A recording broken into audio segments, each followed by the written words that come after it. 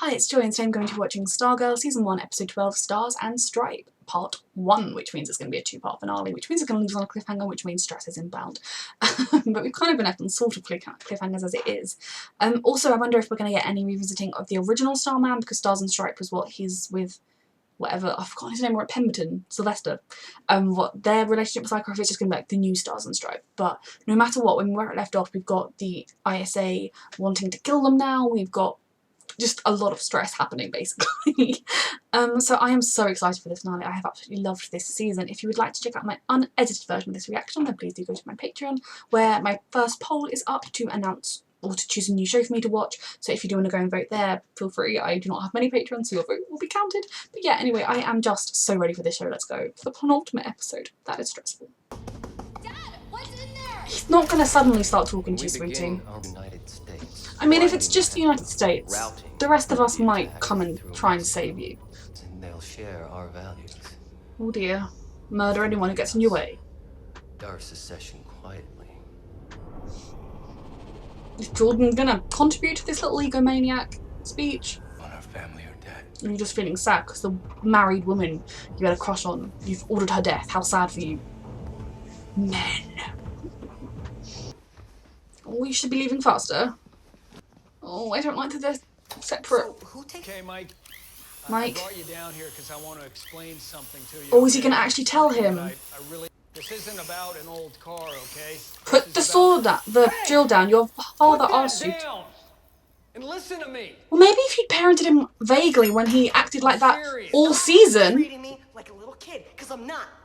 When you are, you're very small. Have you looked in the mirror, sweetheart? You cannot let him go alone. Or maybe you can if they're inside. But I've had comments before criticising me for when I have kids I'll understand. But my problem with Pat, and it isn't a big problem, I love Pat, I think he's truly a caring father that tries his best. We have seen examples throughout the beginning of this season especially of Mike just being a disobedient little boy and Pat just being like, oh, what can you do? Whereas that is bad parenting. You know, if you say to your kid, oh, I've made you eggs for breakfast, and Mike says, oh, I'm going to have this unhealthy thing, and then you said, but I've made you eggs, and then Mike's like, cool, yeah, I'm having this. Now, you have two options there. You can either be like, Mike, I have made you breakfast, you're going to have this breakfast. Maybe you can, and then you can maybe work out a time when you could have the bad breakfast. Or B, you say, are you sure I have made you these eggs? Can you at least acknowledge? Like, you have to parent him. And it's not even like in that situation, Pat was juggling six things at once and trying to run up the door to work. He was taking his time, he was chill. Mike, like the one time he's been vaguely parenting with Mike was when he made him do the paper round, and even then, he kind of was a bit flippant about the whole thing. So like, this reaction from Mike, I think they've kept, is realistic because of how Pat has been treating him throughout the show. Pat has either let him get away with stuff or shouted at him, and you can't do that. You have to be consistent with your parenting, and I do feel like potentially before Barbara, Mike might have had a bit too much from what he said of the emotional burden of their relationship given how small he is. And so yeah, I understand why Mike is acting the way he is acting, and I think in this instance, suddenly going from Mike, can I talk to you, to Mike was again not the best idea. I get that he's frustrated, but you know, kind of, you maybe should walk over to him and be like, I told you to put that drill down. You know, it's just, I don't know, basically like, parent your children. Which is the phrase that I got, like, apparently very terrible, but I'm sorry if I offended you by saying that, I do apologise. But just, you gotta try. And, you know, he has tried a little bit in the last couple of episodes, but he's reaping what he sowed earlier in the season. What are you doing up so late? He's randomly in your, you know that the bad guys know where you live. He's in your place, he's got a bat. You know who he is. Oh god, see, I get you a robot. Or, oh god.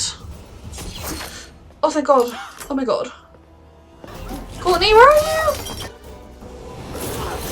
Yes, yes, yes, yes! Oh god, where's Mike? Is Mike gonna come in and do something to save him? I like you, Pat, you have a plan, right? This doesn't look like a plan, Pat. Oh god. From the Blue Valley? Oh god, ow. Oh my god. Oh my god. The storm is like, I will protect the mother. Oh god. I'm sorry you won't be around to see it, pal. Oh god. Mike has to come and save him at this point, right? Also, there's the Shining Knight. Yes, Mike, with the drill. I thought he was going to end up using that. Oh my god, Char, be careful. Stay away from my kid. Yep. Oh Mike, you're a good boy, deep down. Yeah, so the non-superheroes are saving the day. Good job, Staff and Court. I know, it's dangerous. Amazing. Time to go, sweets. Time to go. Go. She was married. Stopped bothering him. Why? Because he killed them all. And put it through one of their eardrums. There's someone They talking never bullied him again.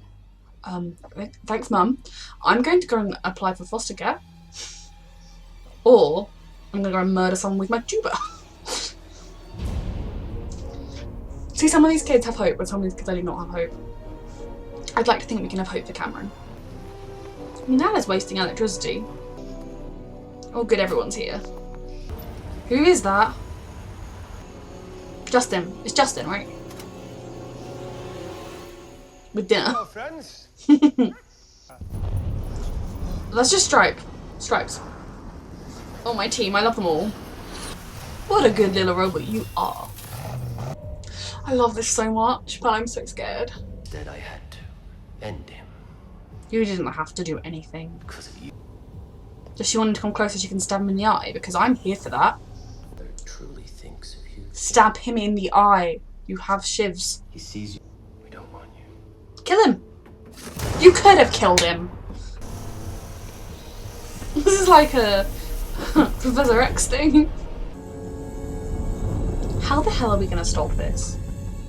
Or are we going to be dealing with the aftermath?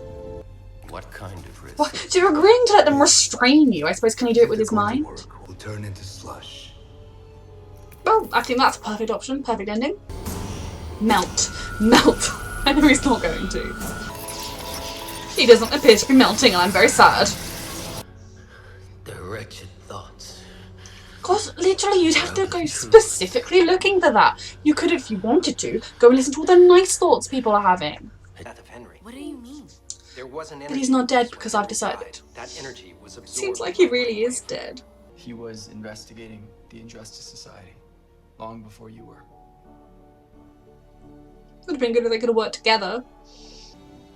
I'm going to go clean the bathroom. He might come up with an idea while he's doing that. Is the number plate of his car? The model of the car? Got a magic staff. I'm glad Mike knows. There's hope for his character now. But he still built Stripe, you know? Exactly, you hold on to that, Maybe young one man. day I could do something like that. Now what fun is that?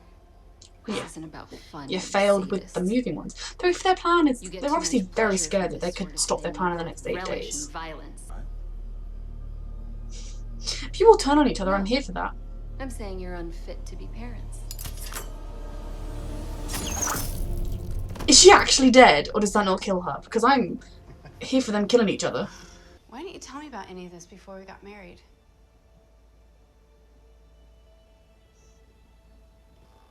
They need this conversation. This probably isn't the best time for it, but it's a lull. There's no fighting right now.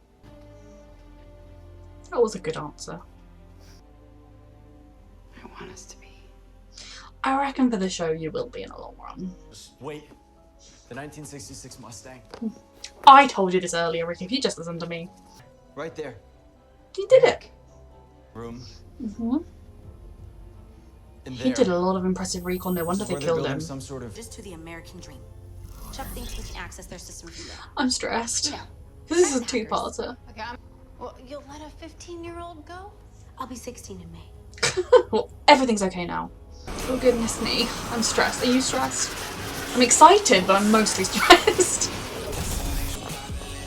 Oh, he's gone with them. Mike is alone with the dog.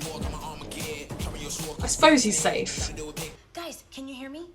We read you. Okay, so in the tunnels, the signal's not being broken. That's good. I guess so. It's just kind of weird. Yeah, do they know they're coming? Why?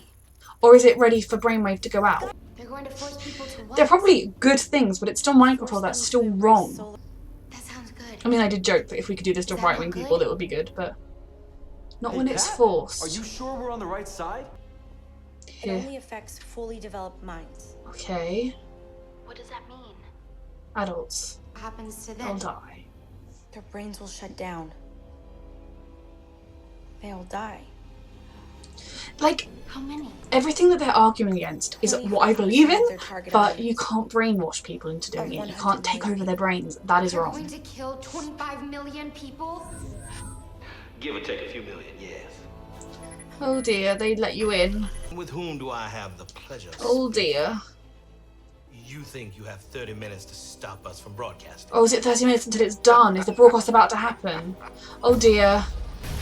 Oh dear. Do they have a way to protect themselves from it? Like, so they're not affected? It's happening. She's an adult. This is when I guess it is beneficial to have a team of teenage superheroes. You better hurry.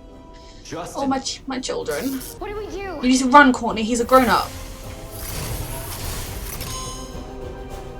He's gonna attack you, sweetheart. Run. Remember, it controls adults. Run. Run, sweetheart. I told you to run. So that was not at all stressful. That was a really, really good first part of the finale. I am still slightly scared. I mean, this show has killed Joey, it's killed Henry, it's seeming more and more likely that it did kill Henry, which shows that it's willing to just kill people, which makes me stressed about basically everyone, other than Courtney, and probably the kids on the superhero team. But oh, it's just, I really, really enjoy this show. I have from the beginning. I think they've done really well with the characters. The kids feel like kids, and that is why at times I've been like, oh, did your babies go home? But obviously now you're like, oh, thank God there are babies, because, you know, adults would be not doing too well. Although there have been recent studies that suggest you don't actually stop developing in your brain anymore until you're like 30 odd. So maybe we 20-somethings would be able to help out too. I would be very useless. I would be potentially useful as Beth if I had the goggles to do everything for me. But this was so good. I like the fact that at the beginning they were just mission, like go, go, go. They got the kids, we're all going to this cabin. I enjoyed that they were the two separate fights, and that I liked that Pat was going to outright tell Mike, but of course Mike, the bad parenting came back to bite us. I think hopefully now that Mike has been told, he's been let in on the secret, he can probably tell that Pat was about to tell him, so like he was being treated like a grown-up, you know, kind of. I think maybe this will be the beginning of Mike not being a little brat, which I'm looking forward to, because there's a lot of good inside Mike. There's also just a lot of bratishness inside him as well.